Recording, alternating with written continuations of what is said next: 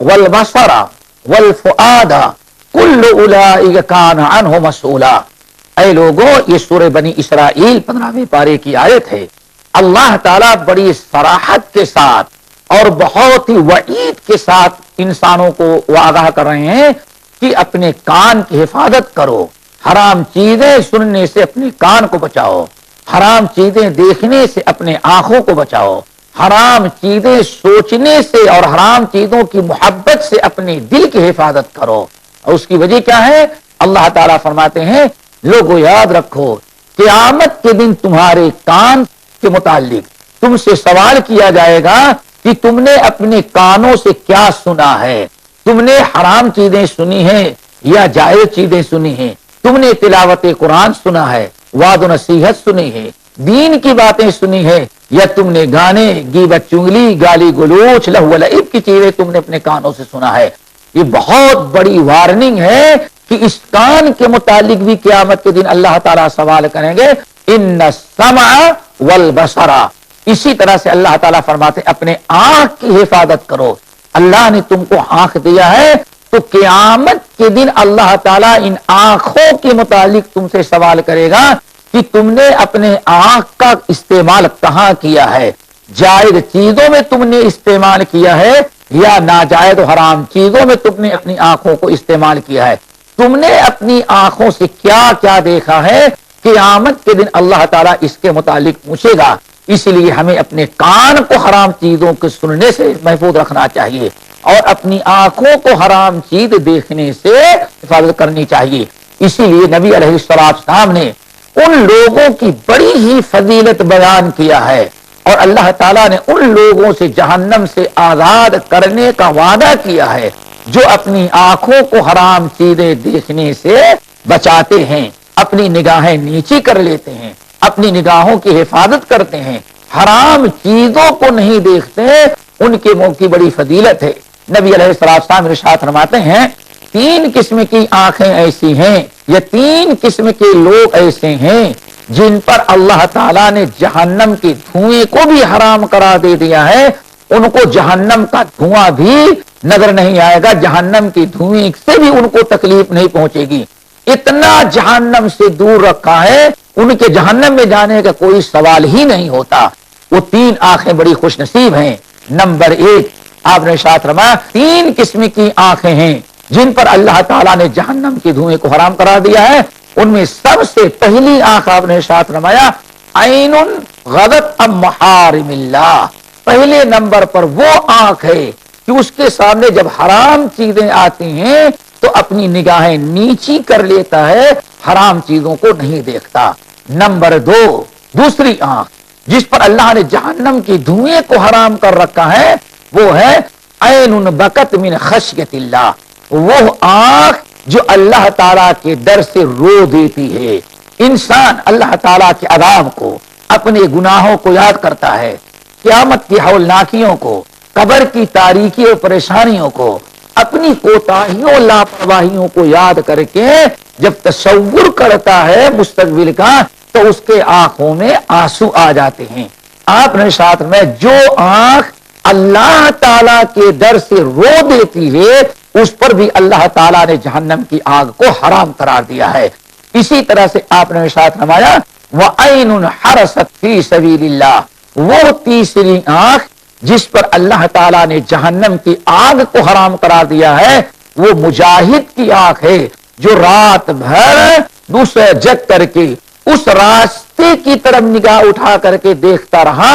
جدھر سے دشمنوں کے آنے کا ڈر اور خوف ہوتا ہے۔ تو بات چل رہی تھی اتق المحارم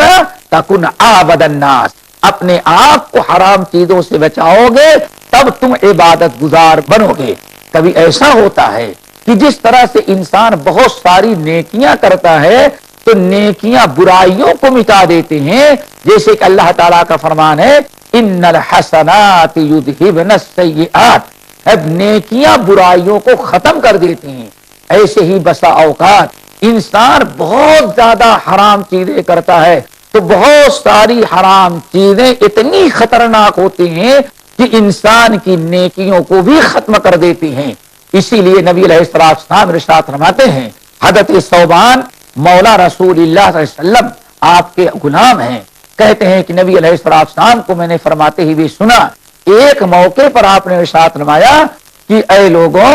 یاد رکھو ہم اچھی طرح سے جانتے ہیں, اللہ نے مجھ کو بتا دیا ہے کہ قیامت کی ہمارے بہت سارے امتی اتنی نیکیاں لے کر کے آئیں گے, اتنا اجر و ثواب اور اتنے اعمال صالحہ اور اتنی نیکیاں لے کر کے آئیں گے کہ حشر کے میدان میں ان کی نیکیاں جو ہوں گی پہاڑوں کی چوٹیوں کے برابر ہوں گی. بڑے بڑے پہاڑ ہوں گے جو نیکیوں کے پہاڑ ہوں گے, لیکن اللہ تعالیٰ ان کی تمام نیکیوں کو انہیں دکھلا کر کے